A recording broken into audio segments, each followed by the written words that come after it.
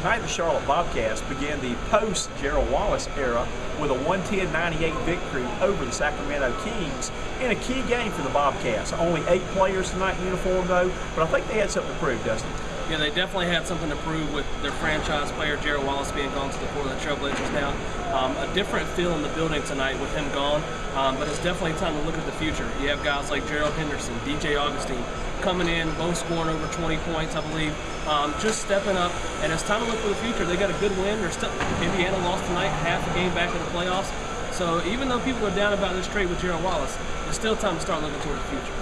And we kidded about it's only the Kings, but still, it's a victory they needed to have.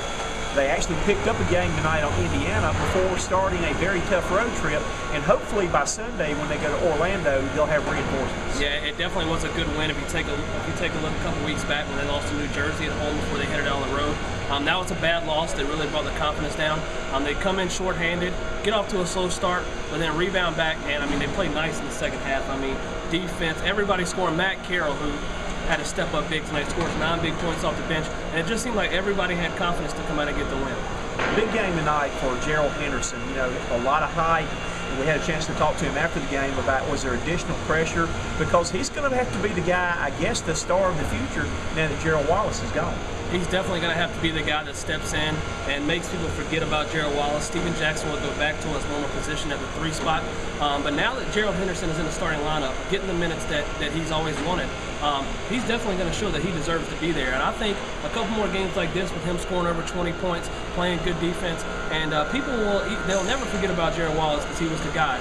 But they'll start to realize why this move was made. They have good young pieces to still build a playoff team, and now you got flexibility for the future to continue to build a consistent winner. Again, when you stop and look at the backcourt of the future, you've got DJ Augustine, you've got Greald Wallace, you've got Tyrus Thomas, Gerald Henderson. I'm used to saying Greald Wallace, but you've got some young players on this team. You mentioned before the game the fans are going to need to be patient during this transition time. Right. I mean, anytime you trade your franchise player, the fans are going to take a big step back and go, whoa, did that just really happen? Well, I mean, it did happen, and they got decent value for Greald Wallace. I mean, he was a great player. The team was on the cusp of making the playoffs, but you don't want to just squeak into the playoffs. You want to build a consistent winner that can compete for championships. You get 2 first-round picks for Greald Wallace. I think if you ask anybody around the league, that's a pretty good deal to get 2 first-round picks for him. Now you can build to the draft. You save cap space. You go out and spend free agents. And you take the young core, like you said, with DJ Augustine, Gerald Henderson, Tyrus Thomas, who's going to come back from injury soon. You got a good young core that you can build around, and flexibility in the future. I really like what they did over the trade deadline. Another interesting story tonight on the other locker room is DeMarcus Cousins comes in tonight, gets off to a great start in the first quarter. He's got 9 points and, got 11 points and 9 rebounds, but he has had an attitude problem dating all the way back to college, talking back to coaches. Something happened tonight where he did a lot of sitting, actually spent a whole quarter pouting tonight, and ended up walking off the court, going to the locker room before the final buzzer went off. Yeah, well, the whole talk around the league about DeMarcus Cousins is how much talent this kid has. I mean, he comes out, like you said, 11 points, 9 rebounds in the first quarter, almost as a double-double, and making jump shots, getting to the paint, and he's showing what he can do. But then, you know, he gets off on these tangents where he doesn't run back on defense. He doesn't help out his teammates. And Paul Westphal wasn't going to put up with him. He didn't start him in the second half, benched him, I think, 20 seconds after the second half started. Didn't play in the rest of the third quarter. And you can see his attitude change the rest of the game. He wasn't in the huddle for timeouts. He was moping around. And if you're going to be a professional, no matter how much talent you have, coaches aren't going to put up with that around the league. You got to come not only show your skills, but be a team player. Again, put him back in, I think, right before the end of the third quarter.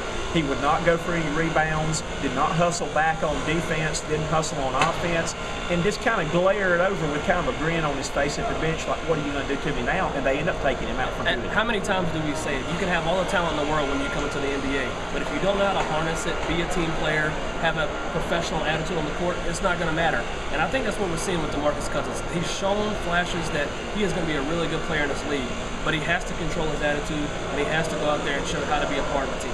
Again, tonight was gut check time, character check time for the Bobcats. They came through with flying colors, though, and now it's off to Orlando to start the road trip. Big road trip, 4 games. You got Orlando on Sunday. You go out west to play the Lakers. You go to Portland to see Greald Wallace and the Trailblazers. Now you know Greald Wallace is going to be hyped for that game.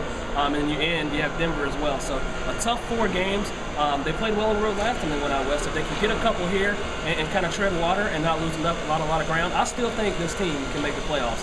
And I know I'm one of the only ones saying that right now, but if you look at the young core they had here tonight, if Gerald Henderson continues to play like he does, I still think this team can compete for a playoff spot. And you heard it here first from Dustin Phifer. That's going to wrap things up tonight for Time Warner Arena. He's Alan Knight. He's Dustin Phifer. And I'm the coach, Dick Cox, reporting for Cox Sports Broadcasting live from Time Warner Arena.